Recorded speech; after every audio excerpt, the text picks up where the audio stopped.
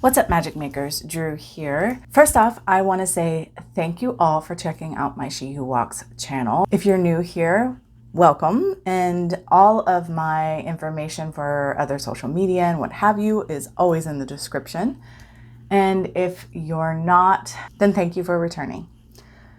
All right, first off, you're going to be looking at my hands and my nails are busted. I apologize. Not so long ago, I did a video on my magical waters that I work with. And when I did, I had the thought that maybe I could do my oils too, but it was just kind of on the back burner. But a subscriber asked me if I would talk about that very thing and do a video. So here I am. And these are the oils I work with.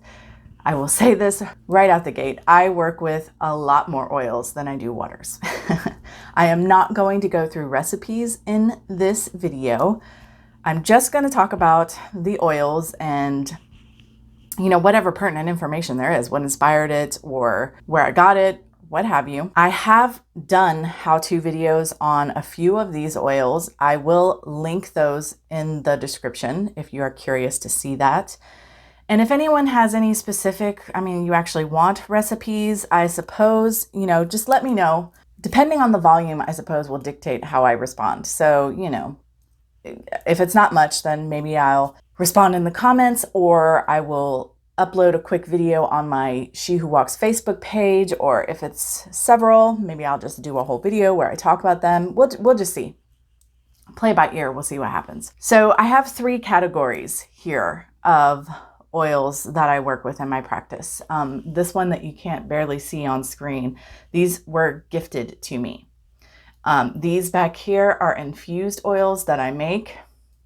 And these are just oil, just anointing oils, what have you, that I make myself. I don't buy a lot of my oils just because, I love to be gifted other witches' oils or whatever, but I just really love to make my own too. So I don't typically go out and look for and buy oils in shops or on the net. I don't do that very often. I guess the best place to start is with gifted. So as you can see, I have a label on here that says lodestone oil.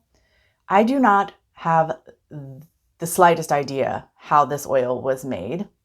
This oil was gifted to me. I used to work at that witchy metaphysical shop, and there was a woman who came in and she said her husband passed. He was a practitioner. She was not. And the garage was full of witchy stuff. So asked us to come take a look. And I didn't actually get to go myself. My boss lady went out and she got some stuff for us and gave us some stuff. So this is one of the things. And I wish it was smell-o-vision, you guys, because this oil smells amazing. I can't even, oh my gosh. It's like, okay, none of you are going to know the reference. You're not, unless you've spend time in Japan, you're not going to know. But there is an energy drink in Japan that I used to drink like crazy when I was a kid. It's a vitamin C energy drink, and it's super sweet. It's almost like, it's not like this, but it's the closest thing I can think is if you took a bunch of Smarties and melted them down into a drink form, it would be similar. That's kind of what this smells like. It smells amazing. It's so sweet. But there's this undertone, this unusual undertone. Anyway, I don't know how this was made or what it was made of. I wish I could find lodestone oil that was this exact kind of oil, because you can see there's only the tiniest bit left. I use it so sparingly. I've had this forever. Oh, I love it. Another oil that was gifted to me long ago while working at Compass Rose, you're not going to be able to read the label, but it says, oh, I can't even read it anymore. Something. Oh no, starts with an N. Maybe like Nazarene? No, that's a P. I don't know what it says. Something anointing oil, but it bottled and blessed in Jerusalem. This oil was gifted to us. My boss lady and I each got one from one of our regular customers. And this oil has a very, very, very mild, faint smell, and it's hard to describe as well.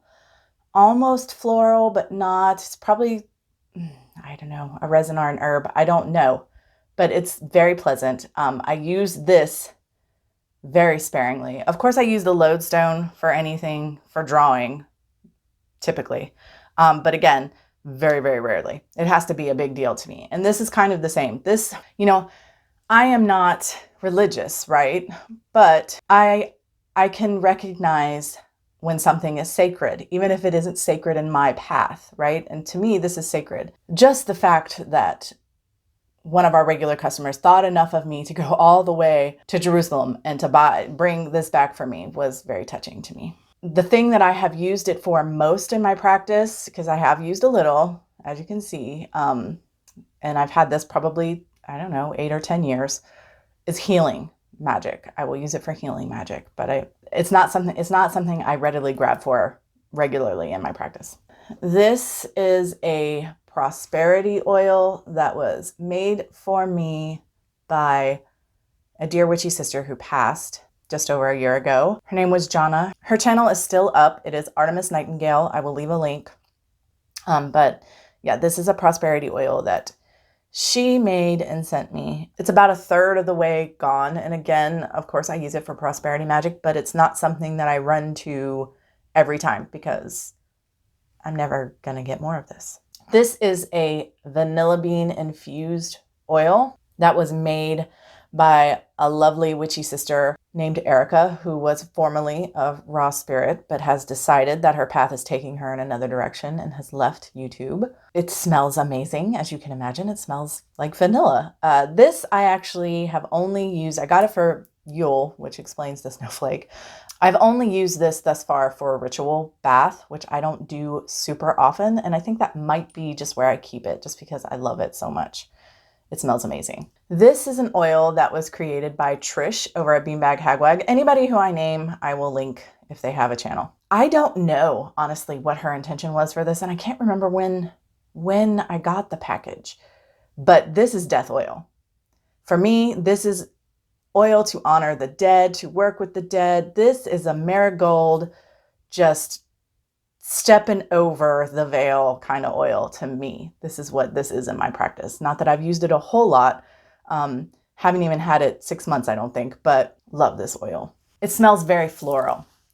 And this is I believe this is a lavender infused oil. It's a lavender oil for sure. And it's beautiful with all the little flowers in it. It smells amazing. I use this more. It's still, for me, a magic thing. It's still magical, but I wear it. If I'm trying to invoke feminine goddess energy, not that I need to, I mean, obviously, but you know what I mean. If I'm trying to feel particularly feminine, strong in that femininity, sometimes when I work with my matron, I will put this on, although I have another oil that I'll get to later for that. Yeah, this for me is something that I wear, but it's not something that I wear on a daily. I have specific intent when I wear it. Okay, I guess I'm going to move on to my infused oils. The first infused oil I made was this myrrh oil. So there's a bunch of myrrh that I have broken up and pushed down into the bottom. And then I actually, for all of these but one, I cooked them on the stove for 3 to 5 hours. There's more than one there's several ways there's at least 2 ways. I think there's 3 ways to infuse an oil. And one of them is to use the stove. So this is a brewed infused oil. Obviously it has all the properties of myrrh. This is also a brewed infused oil. It is lemon balm. And again, it has all the properties of lemon balm. This is a brewed infused lavender oil, a brewed infused rosemary oil, and then this is not brewed. This is just infused through time, just slowly on its own, naturally, Palo Santo oil. All the oils, of course, carry the properties of the herbs that they are infused with. And the way that I use most of these, though I'm not sure, this is my latest one. This is the newest one. It already smells amazing. I don't know how I'm going to use this exactly yet. I haven't decided. I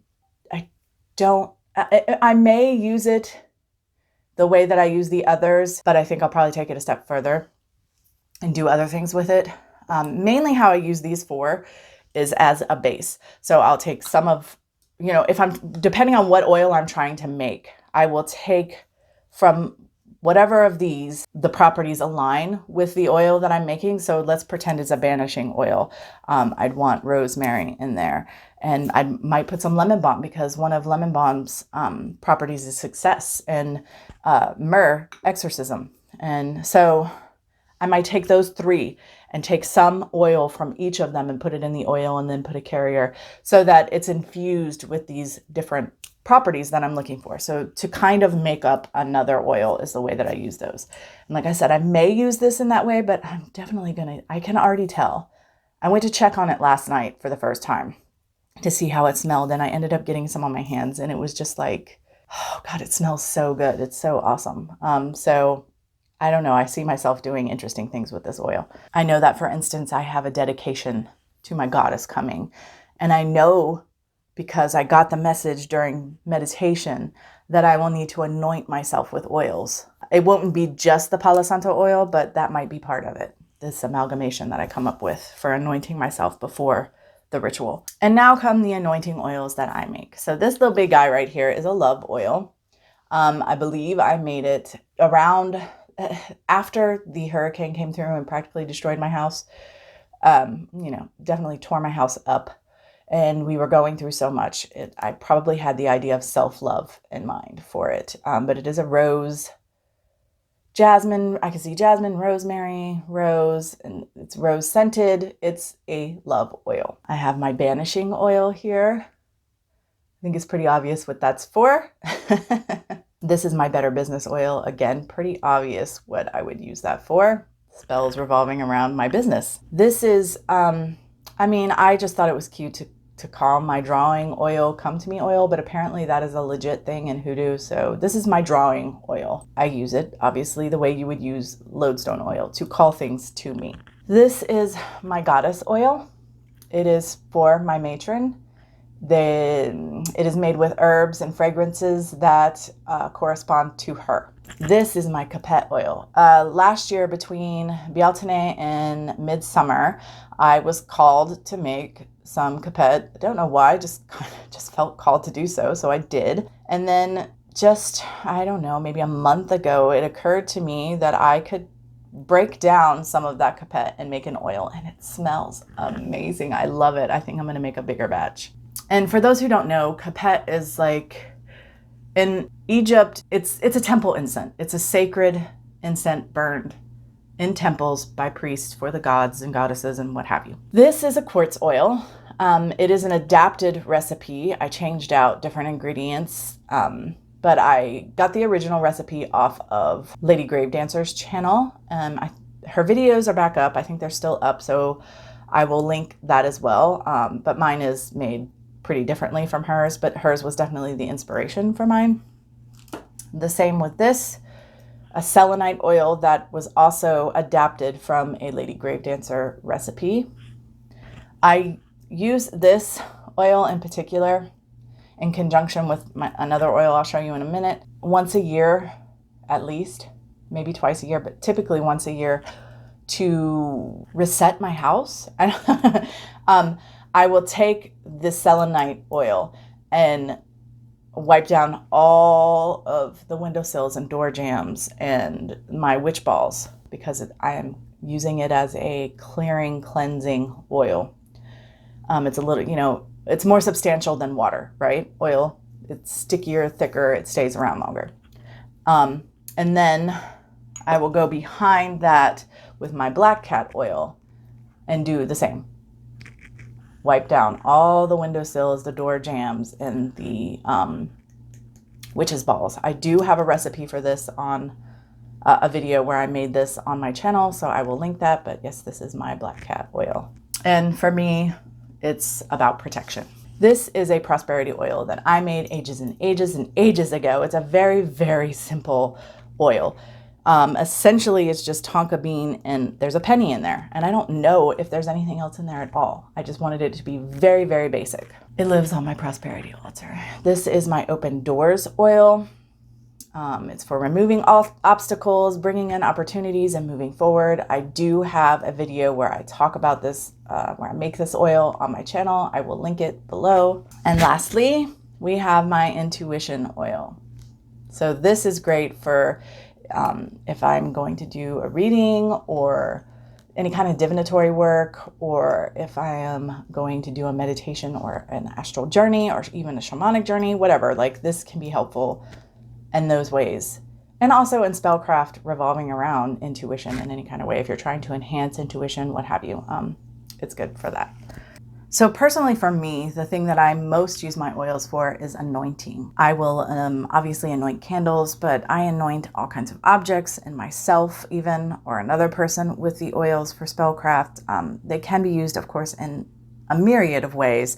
Sometimes I will just have a larger, maybe like pillar candle or something and drip some oil in the top of it. I'm working with a puppet, I might drip a little oil on it. I mean, this is still kind of anointing, but you get what I'm saying. For me, when I'm thinking anointing, I am like rubbing that all over whatever it is, whether that's my windowsill, my body, or a candle. Crystals, anoint crystals.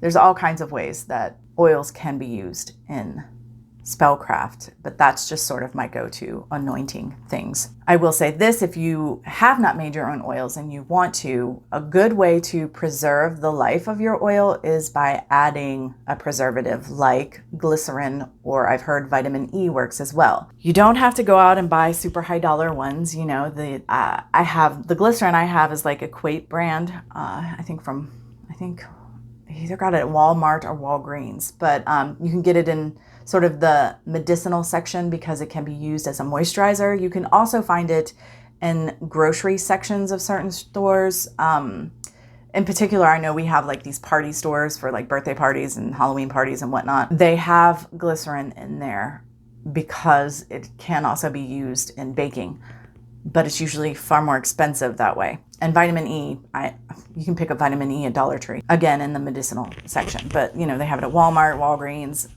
You can get it online, what have you. But just a few drops in your oil will extend the shelf life of the oil. I believe that this is all of the oils that I have currently in my arsenal. I don't think that I've missed any. I hope that that was of some interest. And as I said, if anyone is curious about a specific oil that I do not have a video linked to, let me know and I will come up with a way to get more information about that oil to you. I obviously did not talk about essential oils or fragrance oils in this video. I do work with a ton of those as well, but that wasn't really where I was going with this video. These are more handcrafted witchy oils, I suppose. Well, anyway, guys, I think that's it. Thank you so much for hanging out, and until next time, much love and gratitude.